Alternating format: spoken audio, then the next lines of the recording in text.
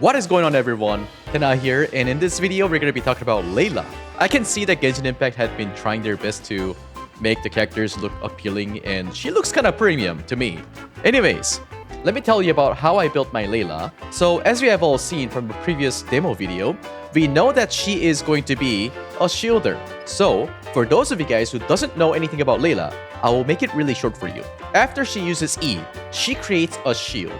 So after she gets this shield, every 1.5 seconds, you get 1 nice star. Whenever a character protected by this shield uses an elemental skill, you get 2 nice stars. And then when you get 4 nice stars total, it starts shooting the nearest enemy with cryo. And her Q, she creates a celestial dream sphere that fires cryo damage in small AoE. Whenever it hits the enemy, you create the nice star. Her first passive is when your E is active, and each time when you get 1 night star, the shield strength increases by 6%. And this effect can stack up to 4 times until your shield disappears. So what is important when it comes to character comparison is that her shield strength. How strong is her shield? And then one thing we probably want to know is her cryo application. Can it actually be good enough for you to use pyro characters like Diluc? Because as I have explained, whenever your character uses their elemental skill, you get 2 night stars. And then when you're using Diluc especially, you can use your E 3 times. So that's like 6 night stars total. I'm gonna first check this out with my Layla and Diluc only and see if that's gonna be good enough. So first, Layla E.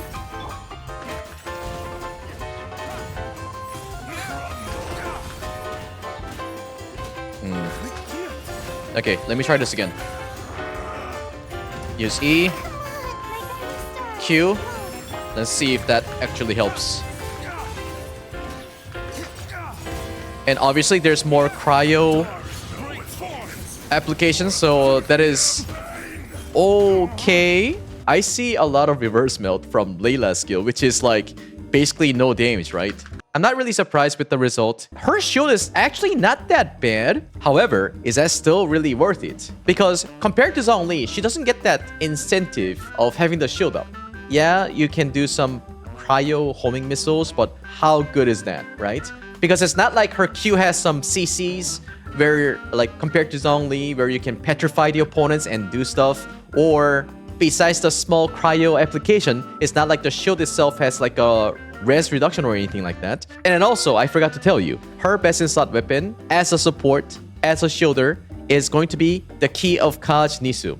Her cryo homing missile, when her shield is up, actually does count it towards her elemental skill damage, so you can get the full stack of weapon effect. Another 5-star weapon you can use on Layla is going to be the Jade Cutter. The Jade Cutter gives you 20% HP at R1, but because she's not going to be the one out in the field using normal attacks, you can't really use the second property of the weapon. However, because she can attack enemies with cryo off-field, which gave me an idea that she's gonna be very good with Shinha. Alternatively, for 4-star weapons, you could use something like Sacrificial Sword so that perhaps she can use her shield one more time when it breaks.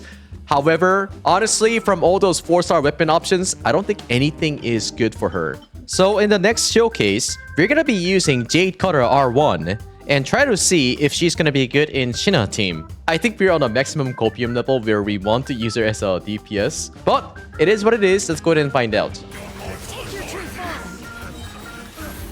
So those kind of damage is fine. And just like any other 4 stars, can she actually be better as we unlock her constellations? Let's find out. Her C1 says it increases the shield absorption by 20%. I guess this gives you more room to build as like a sub DPS kind of. However, her DPS is so not good. One thing I would like to highlight is that when you have her C1, she can actually shield other party members as well in co-op. So that's a good thing. And C2, when shooting stars strike opponents, they will each restore 1 energy to Layla. And C3 gives you shield level, which is good. And here is C4. When you start to fire off shooting stars, it will grant all nearby party members the Dawn Star effect, causing their normal and charge attack damage to increase based on 5% of Layla's max HP. Dawn Star can last up to 3 seconds and will be removed 0.05 seconds after dealing normal or charged attack damage. Feels like C4 is more fit on when you're using Layla as a full HP build. C5, increasing the level of your Q. And then her C6. Shooting Stars deals 40% increased damage, and Starlight Slugs, which is from her Q, deals 40% increased damage. Additionally, the interval between the creation of Night Stars is decreased by 20%. Is that significant enough?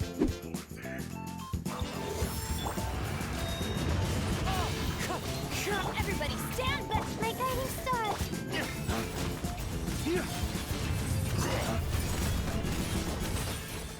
Dawn, break forth!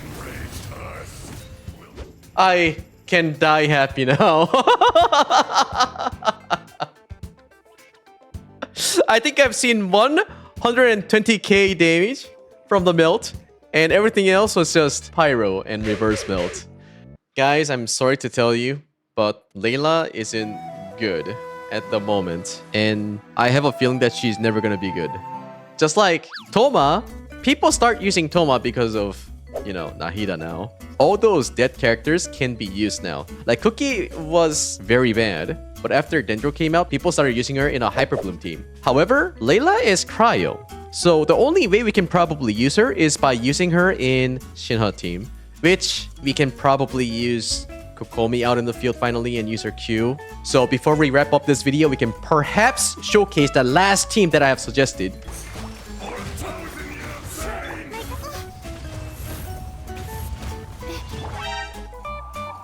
We ran into a huge problem.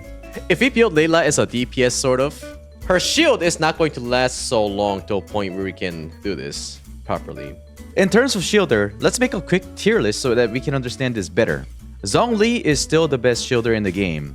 You can build him as a burst support where you would expect some damage from his Q and some shield ability and continuous duo damage from his E. Or you could build him as a full shielder, since his shield not only protects you from damage but also brings down enemies' elemental and physical resistance.